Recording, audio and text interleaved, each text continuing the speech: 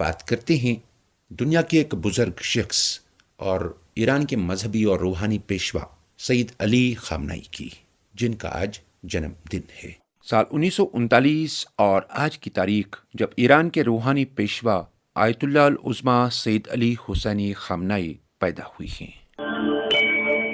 آیت اللہ العظمیٰ سید علی حسینی خامنئی 19 اپریل سال 1939 کو ایران کے اہم مقدس شہر مشہد میں پیدا ہوئے اور اسلامی جمہوریہ ایران کے دوسرے اور موجودہ رہبر اعظم یعنی سپریم لیڈر ہیں۔ اس سے پہلے وہ ایران کے وزیر دفاع اور صدر بھی رہ چکے ہیں۔ اس سے پہلے سید روح اللہ خمینی ایران کے سپریم لیڈر رہ چکے ہیں۔ امام خمینی کی وفات کے بعد آیت اللہ خامنئی 4 جون 1989 کو ایران کے سپریم لیڈر منتخب کیے گئے۔ ان کے والد آیت اللہ آقائے سید جواد مشہد کے محترم علماء و مجتہدوں میں گنے جاتے تھے اور ان کے دادا آیت اللہ سید حسین خامنئی آذربائیجان کے تھے اور نجف اشرف میں رہتے تھے۔ آیت اللہ العظمیٰ سید علی حسینی خامنئی 5 سال کی عمر میں اپنے بڑے بھائی آقا سید محمد کے ساتھ ایک مکتب میں جانے لگے اور کچھ وقت کے بعد دارالتعلیم دینیات نامی مدرسے میں داخلہ لیا۔ انہوں نے 6ٹھی کلاس کا امتحان دینے کے بعد انٹر کالج میں داخلہ لیا اور وہاں سے انٹر پاس کیا۔ سید علی خامنئی نے حوزہ علمیہ کے سطح اول کا 10 سالہ کورس 5.5 سال میں مکمل کر لیا۔ سال 1936 ہجری شمسی میں انہوں نے نجف اشرف کا سفر کیا اور وہاں تھوڑے عرصے کے قیام میں آقائے حکیم، آقائے خوی اور آقائے شہرودی کے دروس خارج میں شرکت کی۔ ایران واپس آنے کے بعد انہوں نے آیت اللہ العظمیٰ بروجردی اور آقائے حائری کے دروس خارج میں شرکت کرنے کے ساتھ ساتھ امام خمینی کے فقہ و اصول کے درس سے بھی پوری طرح استفادہ کیا، کیونکہ انہوں نے سن 1334 ہجری شمسی کے بعد سے رضا شاہ پہلوی کی ظالم حکومت کی مخالفت شروع کر دی تھی۔ اس لیے انقلاب اسلامی کی کامیابی تک انہیں کئی مرتبہ مختلف چیزوں کے بارے میں پوچھ تاچھ کا سامنا کرنا پڑا یا پھر جلا وطن ہونا پڑا۔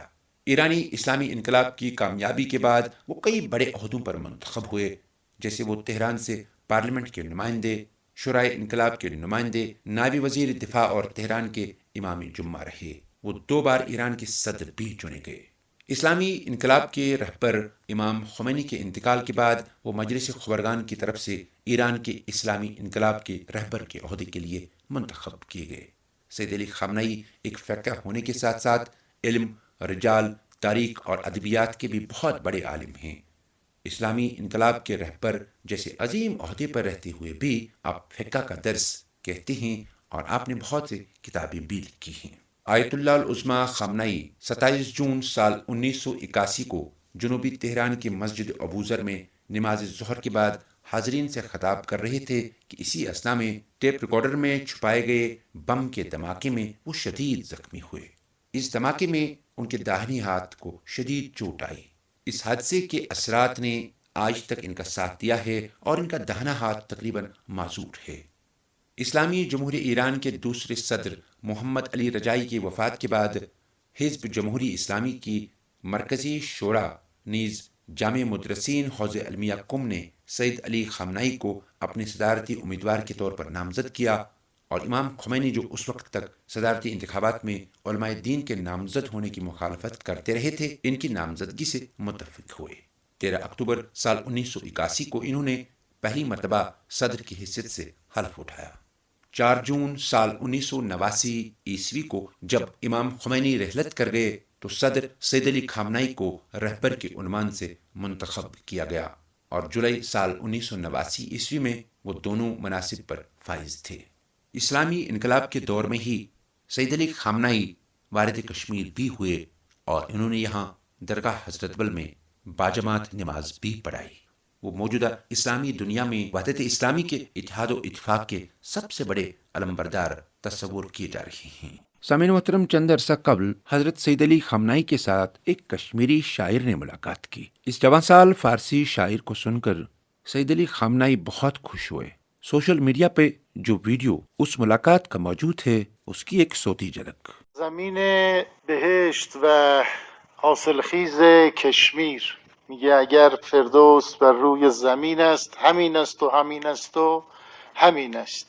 آیه دکتر علی اکبر شاه از استادان دانشگاه دهلی است. خوشبختانه تو سالهای اخیر سرزمین هند شعر فارسی رو دیگر بار شکوفا کرده و علی اکبر شاه هم از زمره همین شاعران هست. با عرض سلام و ادب خدمت حضار گرامی، سلام گرم ملت هند و مخصوصا مردم کشمیر رو خدمت حضرت آقا ابلاغ میکنم. علیکم و علیهم السلام.